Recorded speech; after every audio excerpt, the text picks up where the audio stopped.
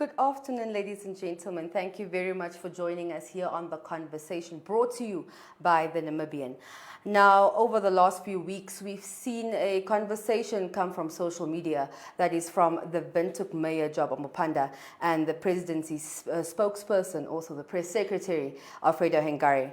Now, the conversation stemmed from what we know as the outstanding municipal bills, but it rose a question of the role of social media compared to the normal processes, as Dr. Hengari has pointed out, as the systems, processes, and institutions there. Now, today we have both of the gentlemen in the studio to have a conversation about it. And I'd just like to point out that we do have screens here to allow for the guests to take off their masks and ensure that we curb the spread of COVID-19. As you can see, the mayor wants to illustrate that there is a screen and that will allow for the safety of all of us in the studio. So welcome, gentlemen. Thank you very much for joining us. You may take off your masks. Yeah, thank you very much, Shelley, for inviting me to the conversation. But I must first preface the actual conversation by saying that when I was initially invited, I was not informed that I'll be in a conversation with the mayor, but nonetheless, I welcome the conversation. I think it's important that we talk about these issues. Yeah, I think it should go from social media to, you know, the public space. It should go beyond that. It shouldn't just stay on social media. And I think over the last few weeks, we've seen what people have perceived as now tension between the press secretary and the mayor. And that's something that we need to clear in terms of that. But let's just start off with the basis. Absolutely. I think maybe before we proceed, you mentioned, I don't really want us to have this conversation and say that there is tensions between myself and my good doctor. I have huge respect for him, and I think I had my own introspection, like it's some had their introspection. You know, sometimes you look at yourself and things that you have done wrong, and I really just want to apologize to Doctor. I think I've been so hard on him, so I brought this from Café La Paris. It's a gift for him as an apology for, in case I might have been so hard to him. So, but there is no bad blood. No, that's why we're here. Yeah. Because I think there was a perceived tension, and that's what we want to clear here. We won't. Perhaps we can just put this on the side. The whole idea of a salad, we know where it comes from. Yeah. From 2017, the mass salad type of story. So I think you can keep the salad. I think we know where it comes from. We know where it comes from. Yeah. 2017 mass salad. It was a good one. Okay. All right, let's get into it. Perhaps, Bianca, you can just have... No, we can leave it there. It would inspire... Yeah, no, we don't want to take away from the conversation. That is it. Thank you very much. A salad won't be a problem, would it? Yeah, let's get into it. Yes, perhaps the mayor can just say, when we look at what's happened, what was your motive behind taking the conversation from what we know as normal conversation, messages, calls between institutions, to going to social media? And it wasn't just one platform, it was multiple platforms where you did communicate and say, these ministries' bills are outstanding. What was your motive behind it? Well, I think we must be able to understand, I'm an activist for social justice. So the basis of the very concept of social justice is also to say that people shouldn't really be discriminated on the basis of whatever status they have, be it rich, be it poor, be it whatever status that they may have in society, be it they have no access to formal processes. I'm on social media. My Instagram has 120,000 followers. My Twitter page has 70,000, and all these places I've been communicating ever since. In fact, the Section 11, subsection 5 of the Local Authority Act says that the mayor shall be accountable to the residents of the particular local authority. So if the residents of Windhoek are on Facebook, I will go to Facebook. If the residents of Windhoek are on the Herero Mall, I will go to Herero Mall. Wherever the residents are, I will be able to go there. And I think I don't actually value the discussion about social media, and because this conversation doesn't begin now.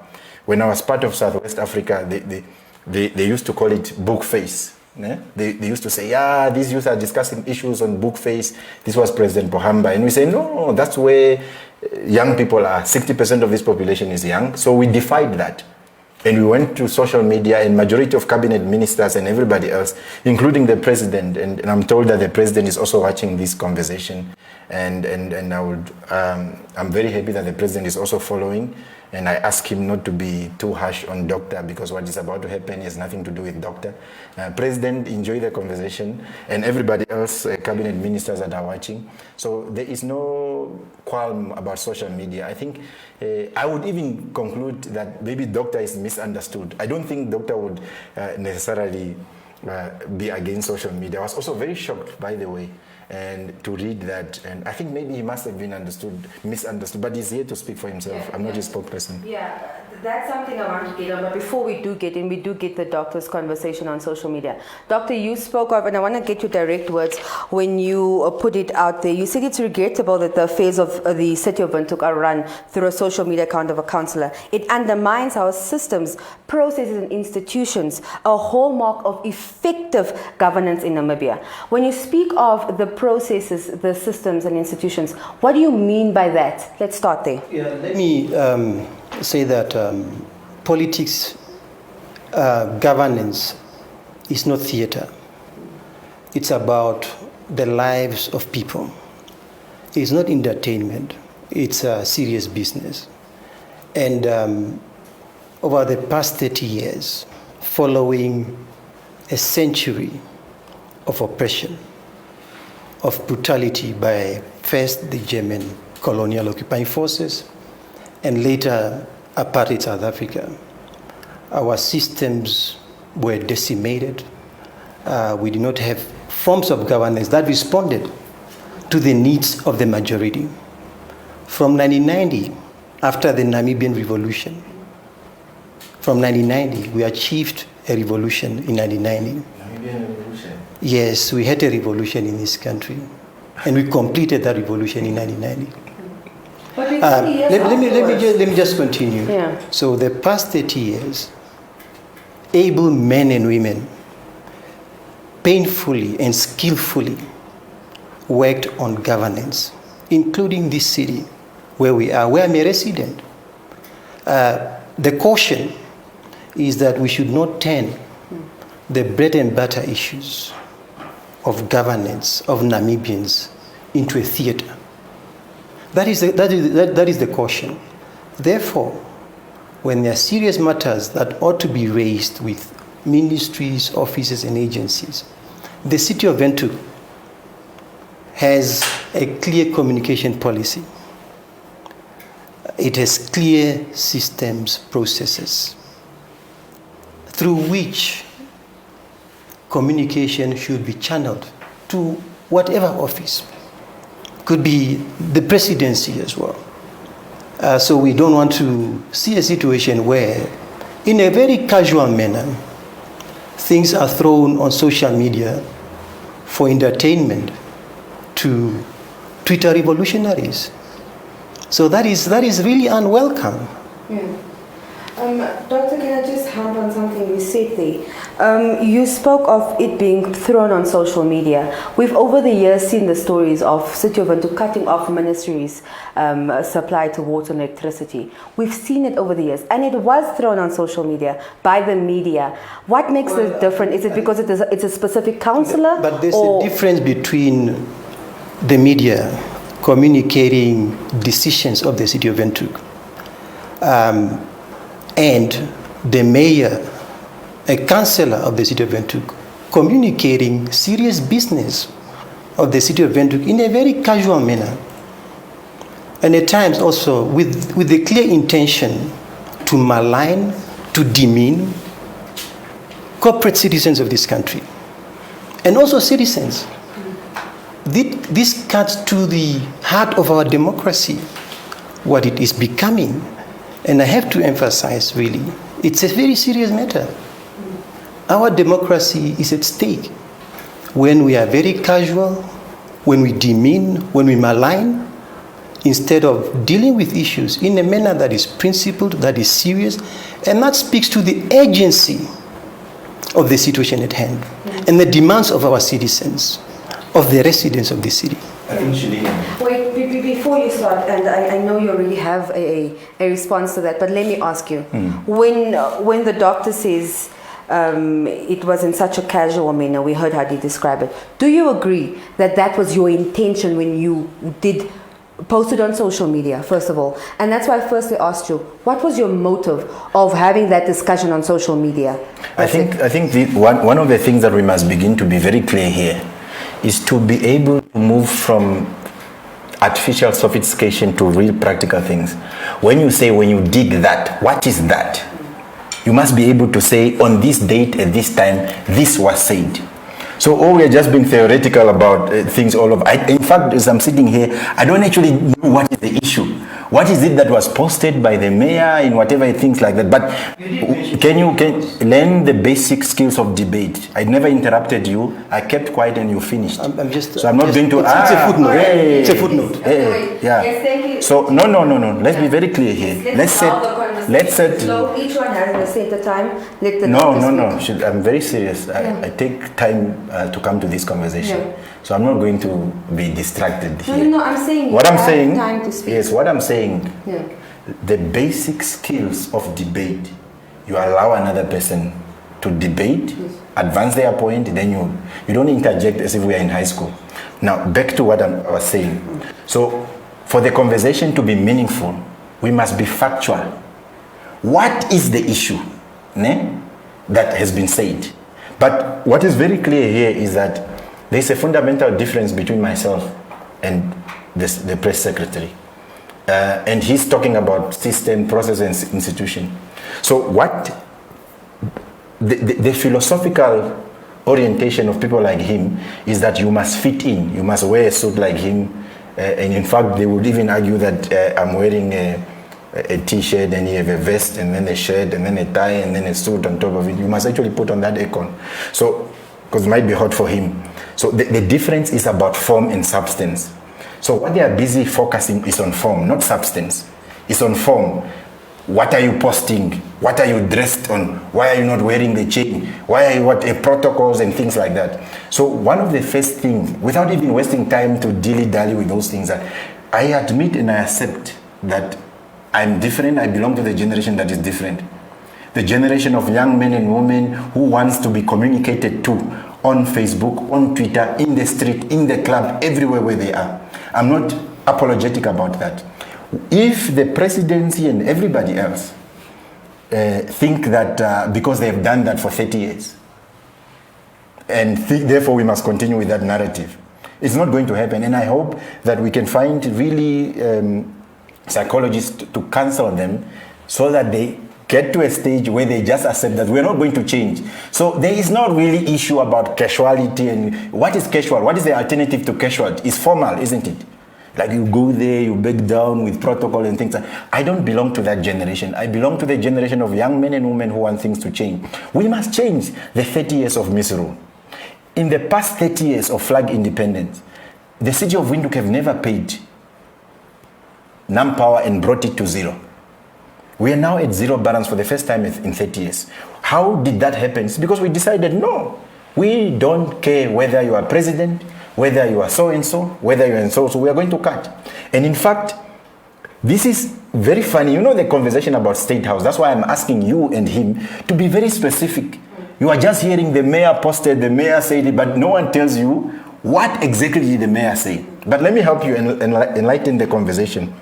Minister Schlettwein on Facebook posted about the city of Windhoek. And I would have thought that he posted serious matters on social media, to which I responded, because he's speaking about the city of Windhoek. And in terms of Section 11, subsection 5 of the Local Authority Act, I'm the principal head of the city of Windhoek that has been mentioned by Harambe Minister. So what do? I respond to him and said, but you have been a Minister of Finance. Care to explain to me, how did you allow State House to end up owing? There was no mayor who went to communicate about that. It was in response to Schlettwein. The evidence is there. That is why for us to really, because remember the people are watching and his boss is also watching this conversation. So we need to be very factual. What are we talking about? casualty and what has been posted where. And of course, I'm just saying it to be able to say, first I said we are going to continue with social media. There's nothing they can do. But also to be responsible enough to engage the very question. And what is the very question? Is to say these allegations about what is being posted. So there is no issue here. This is really a storm in a cup of tea. If I can just come in there, I think the issue is not that it's a storm. Like we began the conversation is that we are trying to have a conversation about it, put it out there. When we talk about social media, as you said, we have a generation that sort of is still trying to fathom how to use social media. And we have the younger generation who has fathomed it, sort of trying to perfect it now. Absolutely. If we look at communication in the formal side, let's like office bearers included, we have, let's say for instance, State House. Instances we've had last year was that some of the journalists, and earlier this year as well, where journalists would find out about a press conference first on Facebook and then we got the invitations later. That is communication on social media.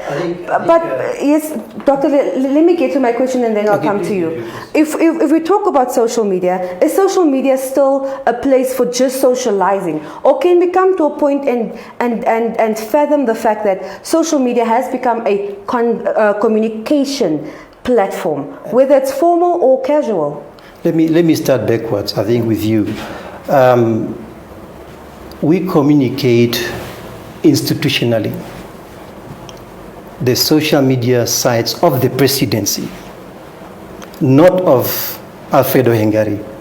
I don't communicate, I don't invite the media or I don't inform the public about matters concerning a serious institution like the presidency on my private Twitter handle. That is the key point about governance. This is not about extremes. I think the conversation is about convergence. It's not about air-conditioned offices where the mayor sits on that expensive building on the hill. He sits in there, he never rejected it. He has 2 cars, a Mercedes-Benz E-Class 2018 model with proper aircon, nice comfortable seats. No minister in this country has a car like his. Theirs are older. He has a 2018 model, E-Class. He talks about elites, again in a manner that is casual. He is an elite. Because if I were to ask him, what is the definition of an elite? He fits that definition, 120%. Maybe some of the followers on Twitter, they are not aware about these things. But we have a responsibility to educate them that contradictions are very dangerous. They are first internal before they are external. They're internal. So we are dealing with contradictions, labeling others, whereas we're enjoying the very same things on a daily basis. His office, where he talks about air condition and my suit and so on, is impeccable. But he might want to hide it to the Twitter community and so on. But it is there, it's a reality. But that's not the point. That's not the point. That's the form. That's form that he's talking about. He's obsessed with form. Substance. We're interested in the substance of governance. We don't talk about air-conditioned offices. We don't talk about elites. Because we know that he's an elite. His allowance on a monthly basis from the city of Windhoek, which he never rejected, and said, no, I'm going to give it to the masses of our people. It's 11,000 on a monthly basis. On top of that, he gets sitting allowances. This man is an elite. We should accept it. And he should accept it. He should live with that contradiction. It's okay. Mao Zedong wrote extensively about contradictions. The Marxists talk about contradiction. So we have to accept that. So now let's talk about serious matters of governance here. Okay. As opposed to, these things about form, elites, and a revolution and all these things. I mean, in fact, Fidel, a leading revolutionary, he never talked to himself, I'm a revolutionary. He would say, I'm a Marxist, Leninist. But he never spoke about himself in that format. because he understood the consequences of what it means to be a revolutionary. He has done it, been a done that. So our conversations as Namibians should be focused on the essential aspects of service delivery, doing better for Namibians, as opposed to personality clashes, as opposed to Hengari this, amupanda that. No, Namibians don't want that. They want us to focus on issues that affect them. In this country, over the past 30 years, the successes are many, but we recognize the challenges. And it is why, on a daily basis, we try and make sure that one Namibian, the life of one Namibian improves, one at a time. Yes. When we speak of governance, still didn't answer my question when we speak about, does social media fit into governance? So, please, I mean, the very, we can decide to be petty, and I think you carry a serious responsibility, you as a moderator. We can decide, I don't have a problem with, I'm comfortable in being me and who I am. We can decide to be petty. Before you came to this studio, you went for a haircut and you didn't pay your barber. This is what he writes to me. Yeah. Yeah, you didn't pay him and you want to pay him $50 instead of, so we can decide to be petty. That's why I'm saying you carry a responsibility. Amupanda. That's why I'm saying we can, I'm just, I hear what you're saying. You should not But tell if you lies. just, yeah, But if you doctor, do no that, wait. if you don't get angry, don't get Mayor, angry. Mayor Secretary. Don't get But it is angry. okay. Don't get angry. Just relax. Mayor. Drink water. Press Secretary, allow me to come in there. Allow me to come in there. Relax. Thank you very much. Allow me to come in there. And yes, that was going to a very low level. And I understand that it is personal attacks going on. But the conversation here today is, what I asked you was the basis of the conversation. When we speak about governance, does social media fit into governance, and how does it? Yes. Perhaps you can then go on, because you brought up a point of private pages versus official pages. Let's go off of that basis then, and then we can get to these theatrics. There are two important revolutions, because we need to get serious as well, as opposed to the pettiness of that has been a hallmark of the conversations. We need to move beyond that. If you have a PhD, if you say you're educated, if you say people are charlatans, we have to be exemplary in the public conversation. That's very important, and I take that seriously. I take that quite seriously, because especially when you are proud of them, when you parade them, when you say you have this, it's very important. I did not dispute the importance of social media over the past decade. In fact, there are two important revolutions that we've seen over the past 20 years. It's biotech and infotech. They are transforming the lives of people in profound ways. I'm the first to admit and to also appreciate the fact that democracy has shifted from traditional platforms to online platforms. I understand that quite clearly, but I also understand the implications of that for governance, the implications of that for democracy. That I fully understand. And that is why the caution, especially when you have public office, when you have a position of responsibility, the caution with which you should use those platforms in an age of misinformation, fake news, disinformation, and many other ills that are impacting adversely the quality of democracy. And I think it's to that level and to that challenge that we should rise when we are talking about governance, effective governance in particular. We should not look at things in terms of extremes. I'm not an extremist, because I believe the world is not about extremes, it's about convergence. That's the lesson, the key lesson that we must learn is convergence, is to accept that the extremes of yesterday will not take us into the future. The future is about convergence. It's about the middle ground. It's an important lesson for governance and for the progress of countries. Yeah. Let me just Can I once give my again, take on governance? No, definitely you can.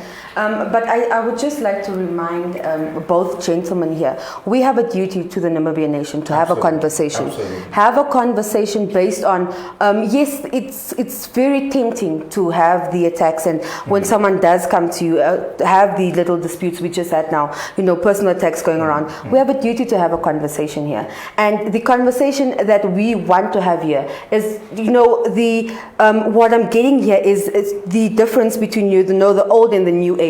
And you did mention convergence, and that's where we're heading. Life constantly is converging. Absolutely. We're constantly seeing change, but we need to get to a point where we have two different minds, two different ideologies here. We need to get to a point where we can have a conversation and invite both of those ideologies here without one being more superior than the other one. Absolutely. So let us get to a point where we realize we have a duty to have a proper conversation and not let our personal conversation and attacks get to that point where we don't even have a productive and informative conversation firstly.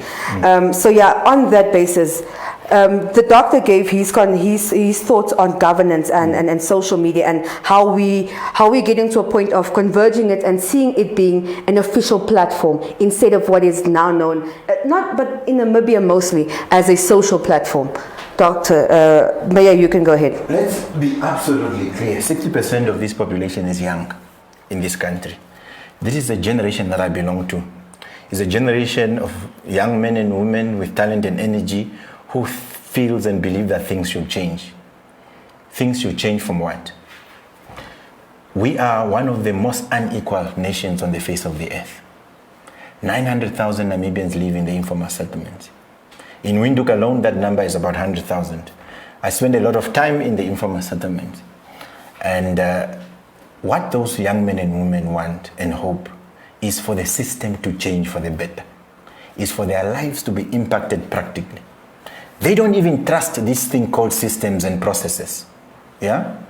They don't even trust the existing machinery. So one of the first things that happened when we got into this leadership position is that there's a serious attempt, that's what we also see as also part of this conversation, serious attempt to transform he or she that now enter the systems, process and institution. But I belong to the generation that says that if the system, process and institution do not work for us, they must be defended by those that work for it. We want to meet the needs of our people at the point of need. That is why, for example, from the city of Windhoek where we stand, for the first time in 30 years, we brought about a concept of pre-allocation. Yeah? So what we are interested to see is a thorough analysis of what exists. Yeah? Landlessness, homelessness. So we do a serious analysis of why is it, for instance, that from 1990 to 2015, the city of Windhoek only serviced about 96 residential plots in Katutura and all the sites. Ne?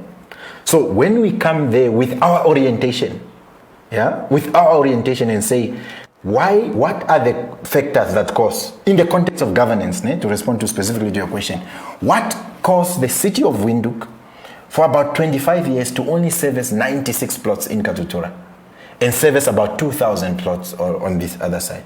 So it's when you begin to understand that the elite pact that has been concluded between east and west of Windhoek. So you now have to do an intervention. But let's deal with this fallacy and approach to interpreting governance narrowly. When we speak about fighting the elite and the elite context, Friedrich Engels and Karl Marx were not poor. So this whole idea that you must be extremely poor in order to fight for people, it's again that very culture that perpetuates the sufferings, us and them. You know that the people in the informal settlements, because of the limitation to the condition, will never be able to do that. So one of the things that we must be clear, and it's talking about convergence. Let's agree to disagree. Yeah, that's also part of convergence. And when we say let's agree to disagree, what are we agreeing to disagree on? Is that He can be in his suits. I can be in the cab. A young man, when he sees me in a cab, it's not that I cannot afford a suit that he has. This is what are always mistaken about. But let there be somebody to whom this young person can engage. So they can keep the systems and processes and institutions. But all we are saying as a generation of activists, is that we are not going to be subjected to some processes. If the city disconnects water for a person in the informal settlement, for Shiligan and her mother, the city must also be able to disconnect the state house. So this whole notion to say a very, very, very important institution. Yes, state house is very important. But those that are employed in government, if they understood that state house is a very important institution, they ought to take responsibility and make sure that this very, very important institution does not place itself in a position that it was placed in.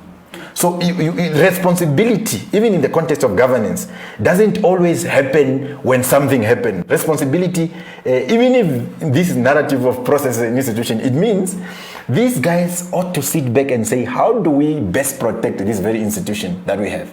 They fail to do that dismally. So this conversation, you can clearly see that this is a system. We have been here in 30 years for the revolution, and we never had a revolution. We had the revolutionary situation. Yeah? There's a revolutionary situation and a revolutionary outcome. The revolutionary outcome is what leads to a revolution. What we had, the antagonistic forces in Namibia, the apartheid forces and the liberation movement, were in a revolutionary situation, aiming to liquidate one another. The end result was not what has happened in Cuba. The revolutionaries never went into the CBDs with their guns to declare independence. Those antagonistic forces, the liberation movement and the apartheid forces, came to the negotiation table, and they sold out on the land question to keep the economy and things like that. You cannot have a negotiated settlement and end up calling it a revolution.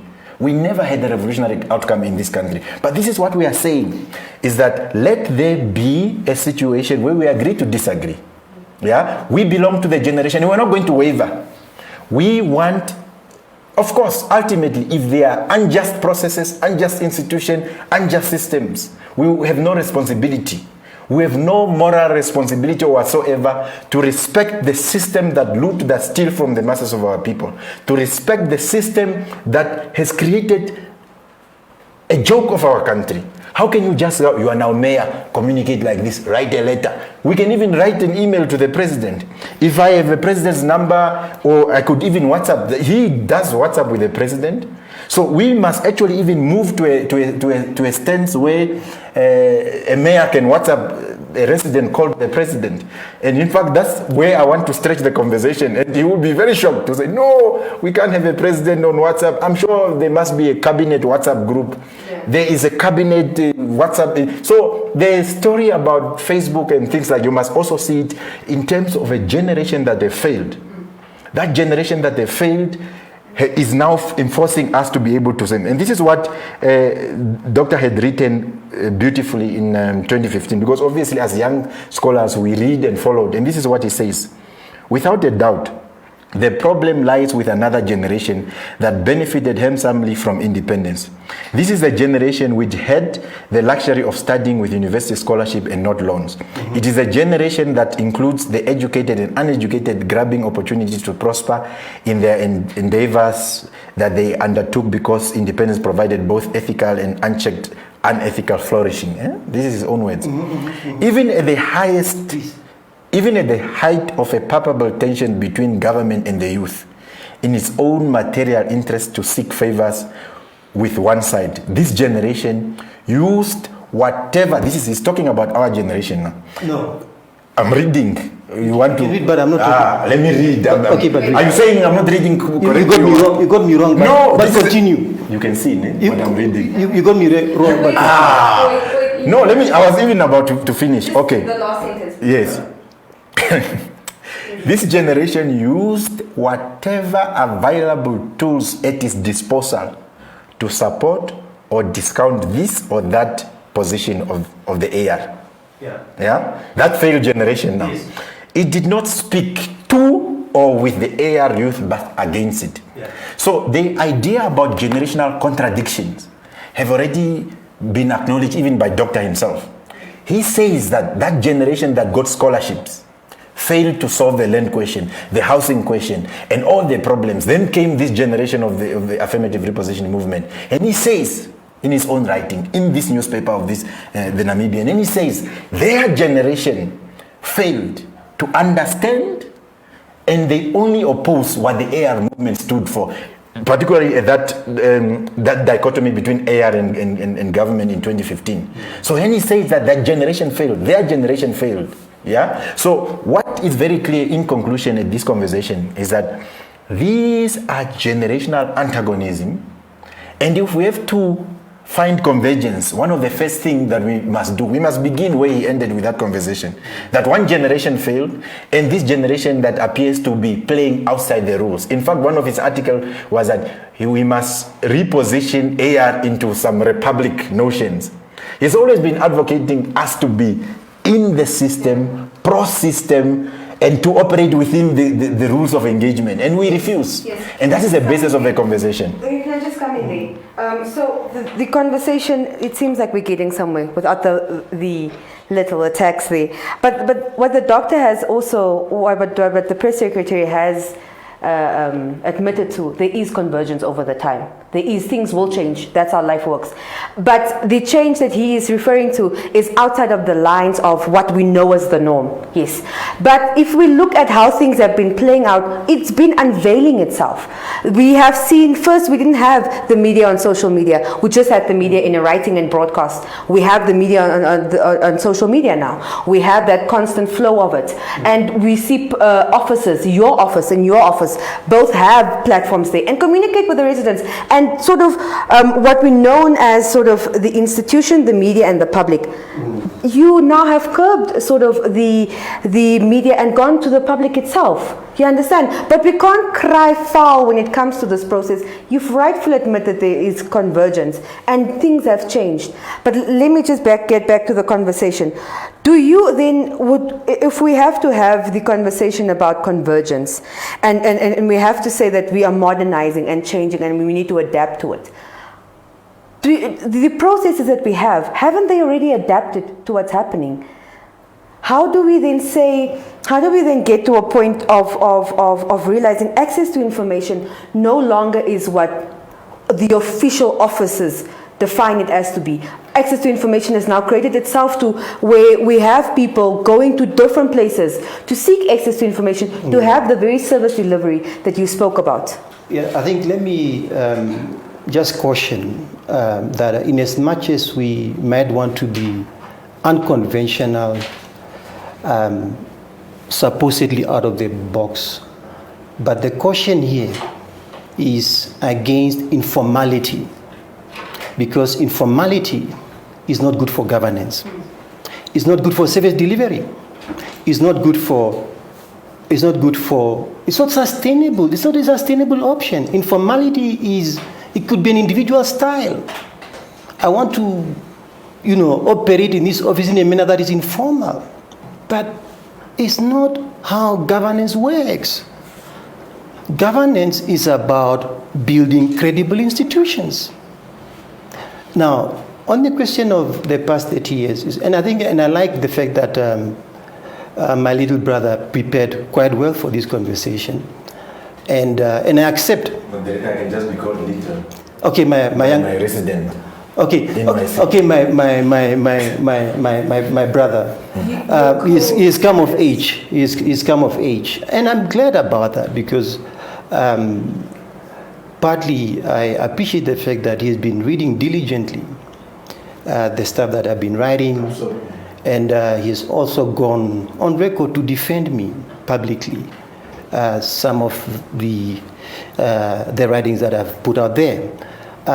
But the key point that we should understand is that when I speak about some of the failures of my generation, it speaks exactly to the type of conversations that we should have. And I'm glad that we're having this conversation because in a way, it's also part of as someone who's older than him, It's a process of mentoring. It's a process of co-constitution. It's about that. It's about us learning from each other, him learning new things, and also learning how to do things a certain way. Because that is what is sustainable in a republic. I'm just trying to say the sanity lies in convergence and not in extremes. No society has developed on the basis of extremes. Now, you are maybe too young to have seen Namibia before independence. I've lived in this country at the height of apartheid. I was old enough to see what Katutura was. I was born in Katutura. I know what Katutura was like. I know what Katutura is like today. The tarred roads, the lights, a number of infrastructures. There are challenges. There's no question about that. And we are trying to address some of these challenges in a manner that is systematic and not necessarily, and not informal, because you cannot address problems. Because a state is a highly complex, it's a highly complex construct. So you cannot manage it in a manner that is whimsical, in a manner that speaks to your individual preferences, in a manner that speaks to. I hear you, doctor. Let me just. But for the sake of let me just go to the bottom of my thinking. Okay, yes, please. In a manner that is informal. So over the past 30 years, the successes of this country, they are quite notable. Namibia is one of the best governed countries in Africa. We're in the top 6. Last year, the Mo Ibrahim Foundation released a report on African governance. In that report, it says that Namibia is one of the countries that over a period of 7 years has made progress on the foundations of economic opportunity. This year, Transparency International, just 2 weeks ago, released a report as well on the Corruption Perception Index, because it's fashionable to brandish, the word corruption and say people are corrupt and so on. But the facts, they tell a different story. Namibia is, once again, over a period of 8 years, one of the countries that have moved the needle on the question of governance.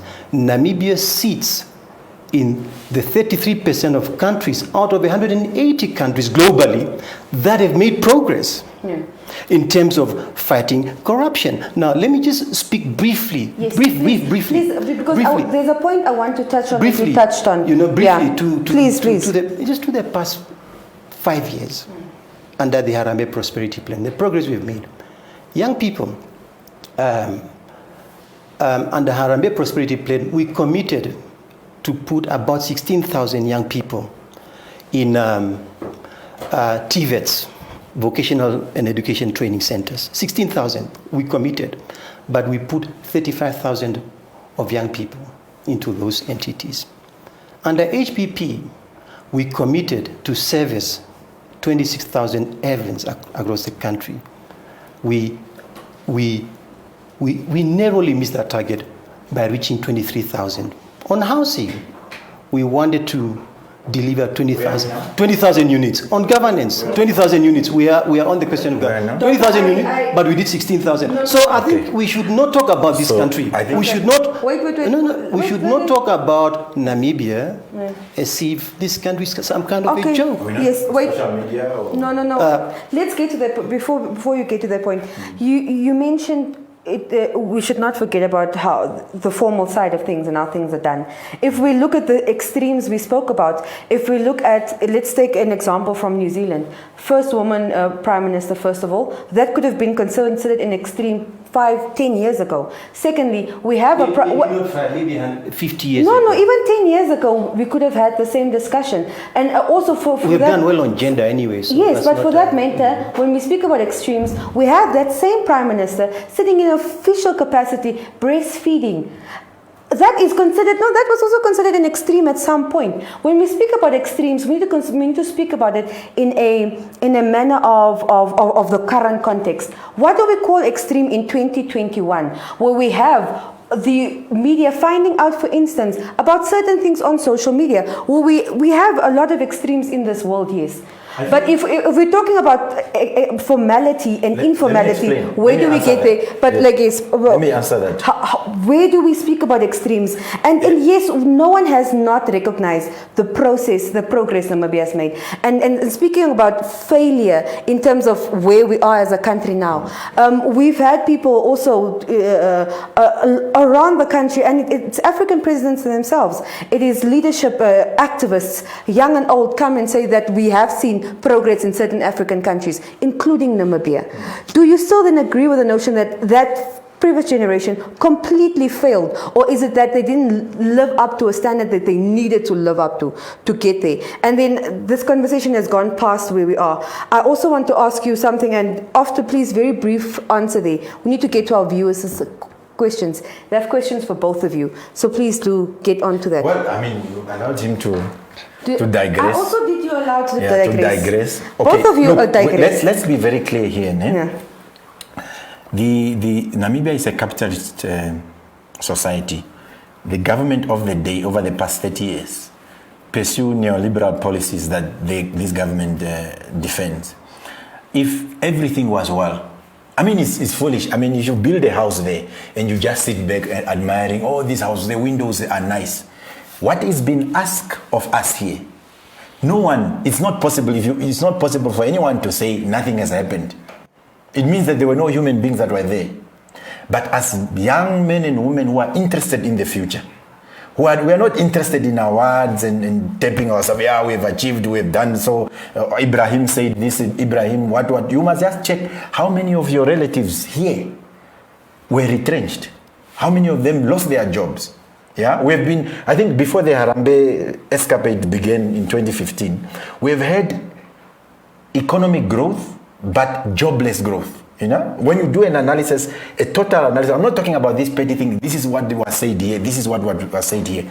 The Constitution of the Republic of Namibia in Article 95 of our Constitution speaks about the basis of economic policy, the so-called mixed economy.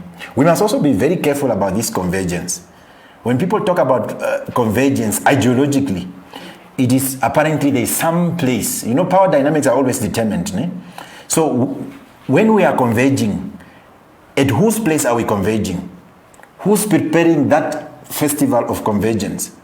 We've been given a raw deal. No? They drafted the Constitution and say that the principles of economic policy shall be a mixed economy.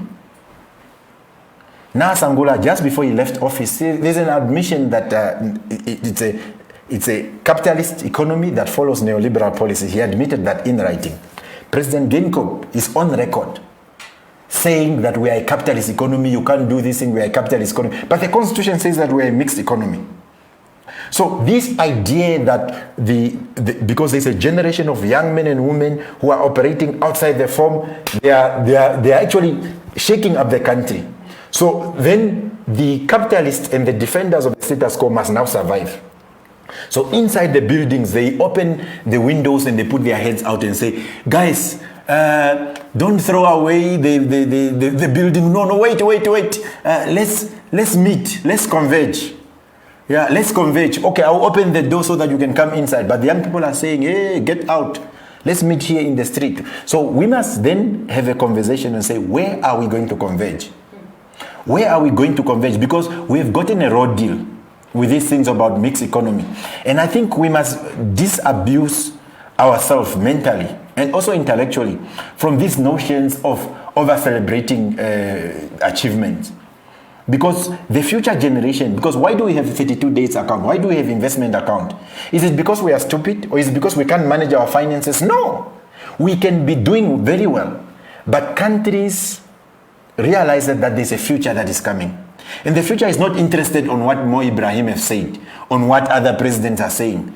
We are saying here in Windhoek, in this capital city, yeah, regardless of, you hear conversation to say, no, I was born in Katutura, I saw how it was, look at how Katutura it is now. Okay? That generation can say that. But what is our generation saying? Our generation, I told you to keep quiet when I'm speaking. So our generation, this guy, basics of debate. Okay, our generation is saying by 2041, according to government own statistics, by 2041, Windhoek will have 800,000 Namibians. Currently, we are at 400. We are between 300 and 400,000. We have 130,000 households now. By 2041, we are going to have 300,000 residents. Regardless of whatever achievement, our preoccupation is not to say we have done this, Katutura is different now. We are interested in saying, for goodness sake, our population is going to increase. Every time I go to bed, I think, so in 2041, what is it that I can do as mayor and my colleagues there as councillors? What is it that we can do so that those 400,000 people that are coming, where are they going to be housed? What are they going to drink? What jobs are they going to have? What type of institution of higher learning are they going to have? So that is what traumatizes me as a young person that represents that generation. So let's not even waste our time about what has happened. It's because we are concerned about the future. So anybody that is more concerned about what happened in 1992 and what people and the pride and the prices and all those things should not stop us. We should not stop them from celebrating. They can celebrate at the Independence Stadium. Fine, let them do that. Maybe that's another form of convergence. But let's also be allowed to craft the future for ourselves and that of our children without being abused and being told, yeah, Katutura was different. We were young in 1990, you didn't see what was happening. Yeah. That is another form of convergence. Shelley, just a quick one. Just a quick one. No, Doctor. I will allow you the time to speak now. Let me just get to the point now. So what we're getting from the responses on social media is when we speak about, what we have seen, you have so rightfully admitted it's about the bread and butter issues. You have also said we want to get to the point of service delivery. We are in agreement with that. I think the ways in going forward, and I think it's the conversations that's happening in between to getting to the point of getting it done is where we are struggling. When will we get to a point where we go beyond conversations and going beyond this and that and my ideology and this political party and this association? When will we get past that and just get to a point of having practical solutions? I think that is where we're at, the practicality of it. And that's something you've touched on as well. So please do help us just unpack that quickly. I think as a student of history, and I've also studied revolutions, when you look at a country or a nation, to be more idealistic, optimistic, a French philosopher, Ernest Renan, in 1882, he asked the question, what is a nation? A nation is the history which is made of defeats and victories. And I think it's important for young people who claim to prophetically represent the future to understand the history of this country in order to take it forward, because our history is our values. That's our history as well. It's our cultures. It's our resources that should allow you to take the combat forward. And as a young person, since as you define yourself by virtue of age, it's important to appreciate that, because it will help you to stand you in good stead to see what others have done before you, their successes, their mistakes, as opposed to focusing without reflection on just what they did not do. Because that will help you a lot. As a young politician, I think it's an important lesson. As a student of history, you call yourself a revolutionary, I grant that to you. It's important to accept that. Now, on the question of practicalities, I think it's a very, we should not pitch the conversation in such basic terms. Because, as I said at the beginning, to be a head of state is a very complex exercise.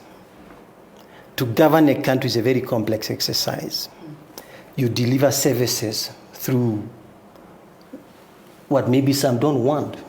You deliver services through your processes, your systems, and institutions. Because those are the arrangements through which service delivery occurs.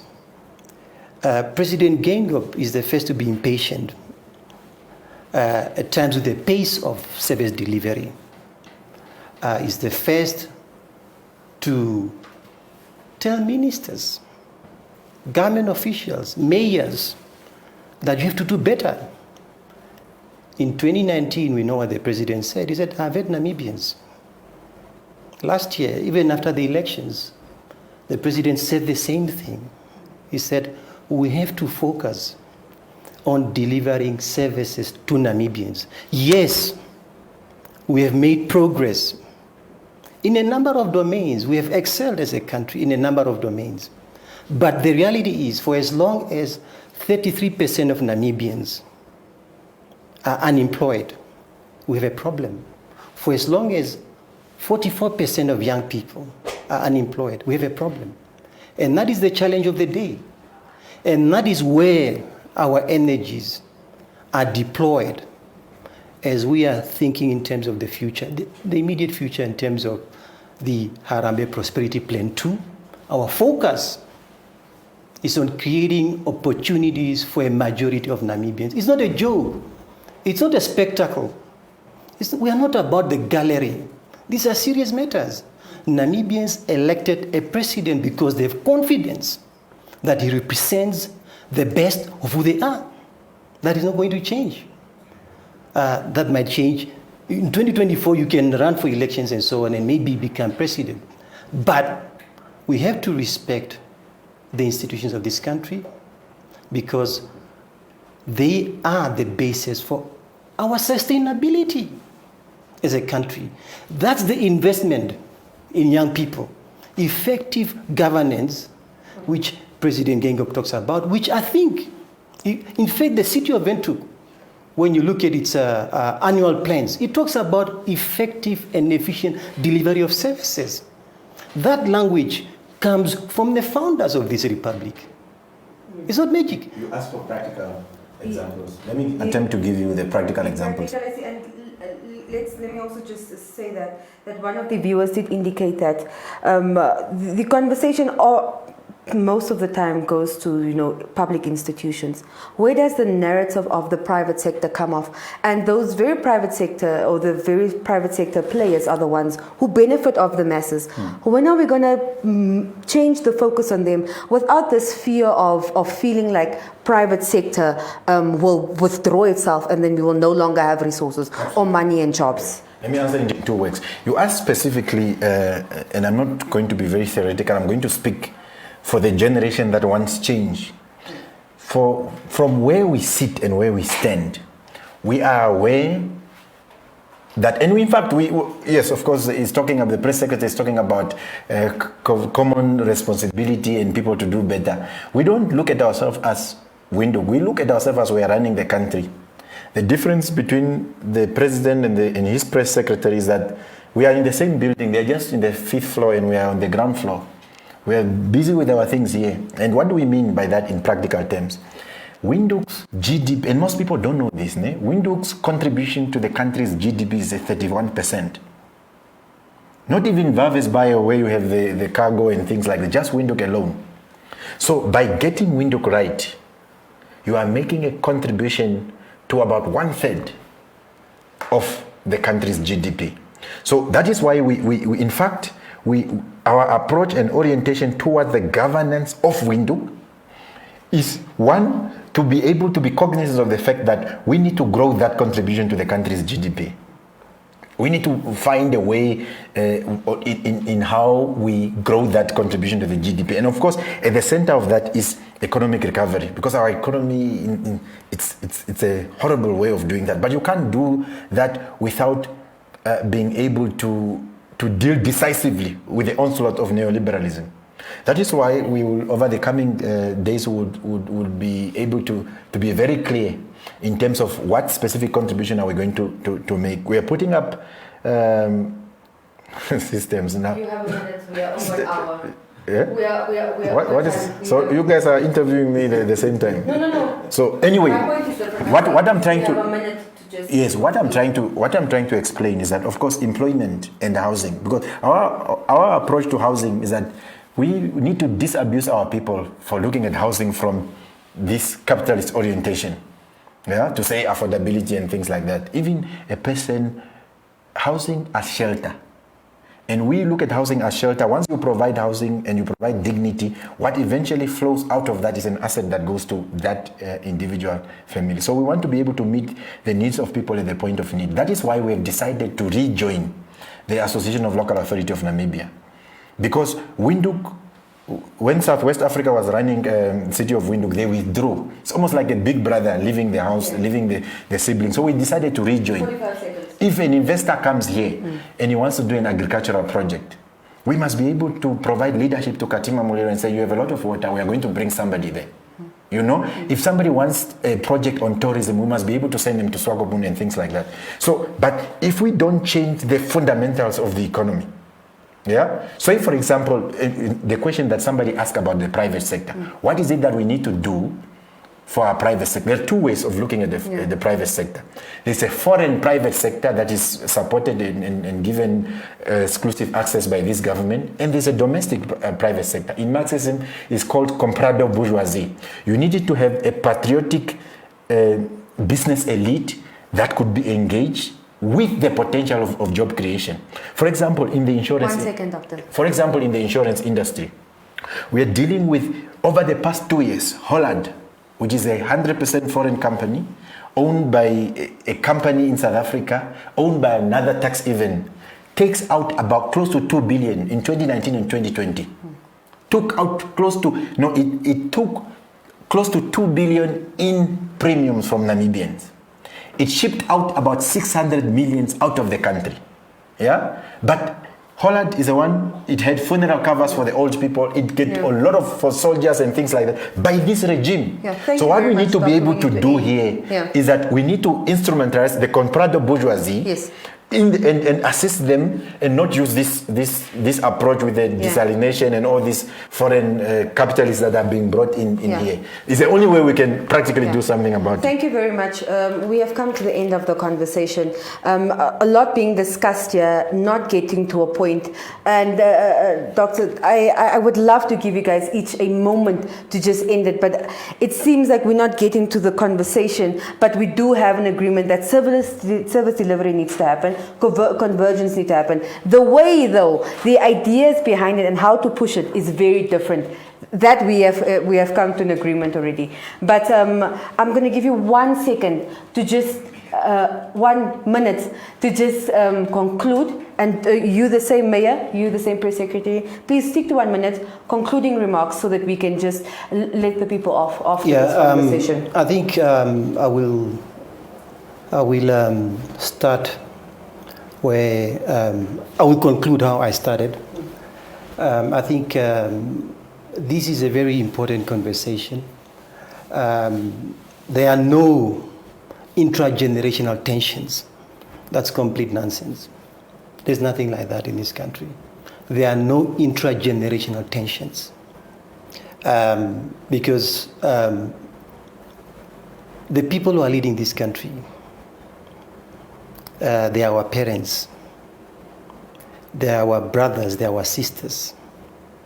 What is important is that we find each other in a manner that speaks to the scale of the challenges we are facing, and not to our persons. 5 seconds. The centrality, which ought to emphasize the centrality of effective governance in taking this country forward, cannot be underemphasized. No platitudes, no slogans can be a substitute for effective governance. Thank you very much, Doctor. Go on. Yeah, firstly, I know President Geingob, you are watching, and please be easy on Doctor. It was not an easy debate for him, so don't. We still want to keep him there to inspire other people who prefer his lifestyle. So be easy on him. Number two, to the young men and women with talent and energy, be rest assured that we are not going to be diverted by anybody in this country. We are going to be very clear. We are going to change whatever it is that is not working. We are going to disrupt whatever it is that is not assisting our people. We are going to fight heads on, face to face, toe to toe, eyeball to eyeball, to ensure that everything in this country must work for us and must work for our generation. Everybody must understand that there's a generation of young men and women who are committed, and no amount of intimidation, no amount of radical will change whatever it is what we want to do. The future is going to be bright, not only in Windhoek, all over the country. The future is going to be bright. All of you are going to need sunglasses. Yeah. Thank you. We do have very different opinions here, and this is what the conversation is about. Whether it brings out the good, the bad, or the ugly, this is what we ultimately want here. And as journalists, Ndabashali always says that we're building this nation one conversation at a time. Whether it's a good conversation, whether we'll have a few back and forward here and there, we are building it that way. Thank you very much for joining us, and please do remember to share this and also invite more to watch. It will be on our social media page for the next few weeks, so you can rewatch it. And from me, Shaligan, it is good evening.